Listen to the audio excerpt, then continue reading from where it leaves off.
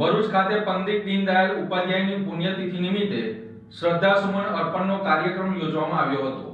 એકાત્મ માનવતાવાદના પ્રણેતા અને ભારતીય જનસંઘના સ્થાપક પંડિત દીનદયાળ ઉપાધ્યાયની પુણ્યતિથિ નિમિત્તે ભરૂચ જિલ્લા ભાજપ દ્વારા શ્રદ્ધાસુમન અર્પણ કરવાનો કાર્યક્રમ યોજાયો હતો।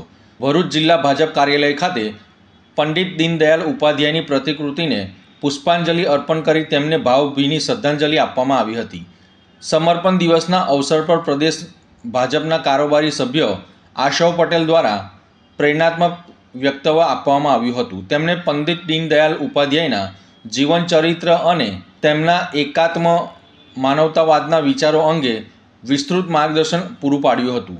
આ કાર્યક્રમમાં ભરૂચ જિલ્લાના પ્રમુખ પ્રકાશ મોદી, ભાજપના ધારાસભ્ય રમેશ મિસ્ત્રી, પ્રદેશ કારોબારી સભ્ય મારુતિસિંહ અતોડરિયા, જિલ્લા પંચાયતના જિલ્લા મહામંત્રી નિરલ પટેલ સહિત ભાજપના અનેક આગેવાનો અને કાર્યકરો ઉપસ્થિત રહ્યા હતા।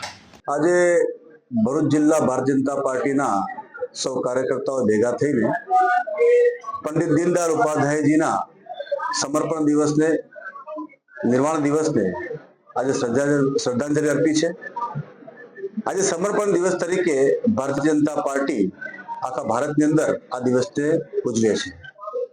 પંડિતજીએ ભારતીય રાજનીતિની અંદર એકાત્મ માનવ દર્શન અને છેવાડાના માનવીઓ સુધી સરકાર પોતાની નજર રાખે અને તેઓના સુખાકારી માટેના કાર્યો કરે એવા એક વિચારથી મંત્રમુગ્ધ થઈને આ પાર્ટીની સ્થાપના કરી હતી। જનસંઘની અંદર કામ કરતા કરતા અટલ બિહારી વાજપેયીજી જેવા અનેક કાર્યકર્તાઓને પ્રેરણા આપીને આજે જે ભારતીય જનતા પાર્ટી છે એના સૌ કાર્યકર્તાઓને પ્રેરણારૂપ બન્યા છે। આદરણીય નરેન્દ્રભાઈ મોદીજીએ આ દિવસને સમર્પણ ભાવના દિવસ તરીકે ઉજવવા માટે નિશ્ચિત કર્યો છે અને સૌ કાર્યકર્તાઓએ પંડિતજીના જીવન તરફ નજર રાખીને પાર્ટીના કાર્યકર્તા તરીકે લોકો વચ્ચે જઈને એ વિચાર પ્રગટ કરવાનો છે અને પ્રમાણે જીવન જીવવાનું છે એ વાત કરી હતી।